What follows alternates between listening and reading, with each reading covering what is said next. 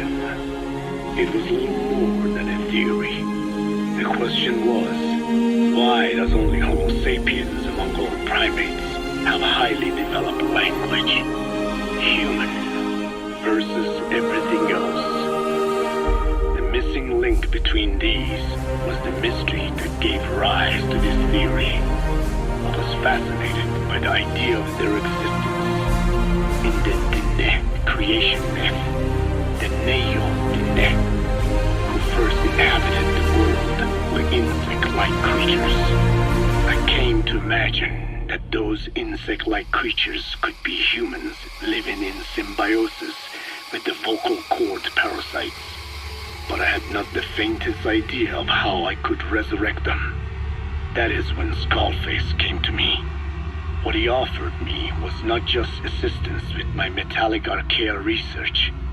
He told me the vocal cord parasites really existed. And not only did they exist, they had already been brought back to life in the modern age. An ancient human cadaver, host to the parasites of the time. Cypher excavated such a cadaver from a permafrost region and isolated the DNA coding of the vocal cord parasites. Naturally, they were long dead and could not be brought back, but there was an alternate vessel they could use. The relative species of the Pentastomida discovered in China. It had adapted to live in the nasal cavity of animal hosts, but its genetic sequence showed signs of common ancestry with the vocal cord parasites. Ontogenesis, the path of an organism to maturity, is like a roadmap of the phylogenetic evolution of the entire strain. Cypher used this to effect a reverse evolution of the modern parasite and resurrect the vocal cord parasites. They interposed a developmental mechanism to the ontogenetic stage analogous to when the relative species first appeared, the point at which it split from the vocal cord parasites, forcing its evolution down the other path, the vocal cord parasite path. The larvae is produced by the vocal cord parasites, reborn. I do not know in detail how Cypher accomplished this, but clearly they have access to high-level genetic technologies. Skullface said it was the work of a genius woman scientist, and that the relative species in question was first discovered by a group once called the Philosophers. I was tasked with modifying the resurrected parasites.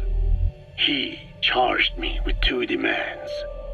First, to add lethality to these organisms that had once lived in peace with man, by unleashing the larvae's latent desire to consume nutrients from the host's lung tissue, making them eat and eat until the lungs were destroyed.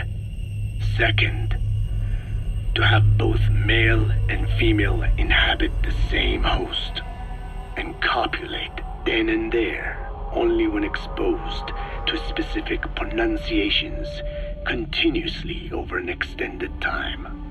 What he would do to the Dene if I failed. I had no choice. Originally, the ultimate objective of the ethnic cleansing parasite project was the identification of not only languages, but of actual cultures. Language is deeply connected to ethnicity, but many languages are employed by multiple ethnic groups, and confrontation between those ethnic groups is by no means rare. If the cleanser parasites were to be a deterrent against ethnic conflict, they had to distinguish between groups using means other than pure language. The original plan called for this to be achieved by differences in the transmission vector. Each ethnic group has different lifestyle customs and eating habits. For instance, parasites living in shallow water and taken in through the skin could be used to target rice farming groups, or parasites using cows as their intermediate host would be ineffective against cultures that abstain from eating beef. But that is a lofty goal indeed. The current parasites mainly rely on droplet transmission. It would take extensive time to alter the transmission route. I eventually learned that the Ethnic Cleansers project had been shut down. It was Skullface who put it back into operation. But despite that, he told me to forget about the transmission route and just focus on language identification. I do not know why. I understand that the Chinese philosophers who discovered the relative species of parasite originally planned to develop a phonogrammic Alexia parasite. The left temporal parietal region is home to the part of the brain that identifies the phonetic symbols of the English language. They wished to create a strain that would parasitize that region and suppress its literacy functions. The brain area responsible for identifying the logographs of Chinese, meanwhile, is in the left middle frontal gyrus, meaning that even if native speakers of Chinese were infected with the parasite, their literacy would be unaffected. Old and new, east and west, there is no limit to the delusions of those in power. But this delusion threatens to become a reality. I have to do something to stop this. There must be something I can do. There are 6 targets. They're soldiers. The contract is to kill them all. They used to be with a platoon of Mbele rebels, but then the Buta authorities captured them. There are 2 locations, the Bumpevi plantation and the Kungenga mine. The client is none other than the general they served under. He wants them dead to keep them from talking. A commander murdering his former men. That's what this boils down to. Kungenga mine. A civil war's been going on in that region for the last 20 years. It's being fought by what are now 2 ethnic groups, the Buta and the Mbele. Originally, you could barely tell them apart, but the reason for the current armed conflict goes back to World War I. After the war, their land was colonized by a European power, and it decided to give local control to the Buta. That split the 2 groups into rulers and subjects, laying the foundations for an inevitable civil war.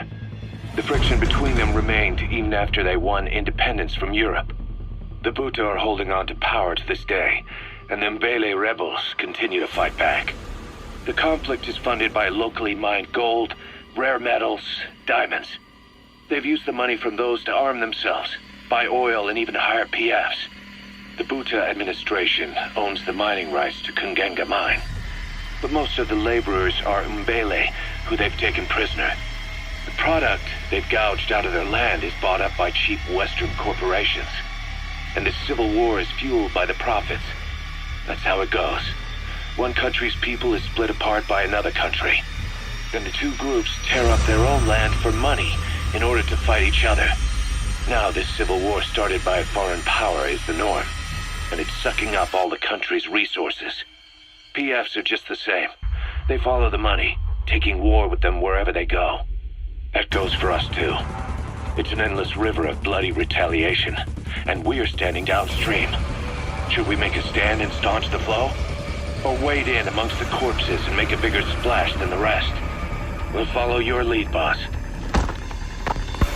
Ever since the attack on your unit 9 years ago, the name Big Boss has become known the world over. What do you mean? Those of your men who survived traveled far and wide. They fought throughout the world. In fact, they're part of the reason we have all these PFs now. Every one of them suffered their own phantom pain from losing you. Talking about you wherever they went helped to heal their wounds.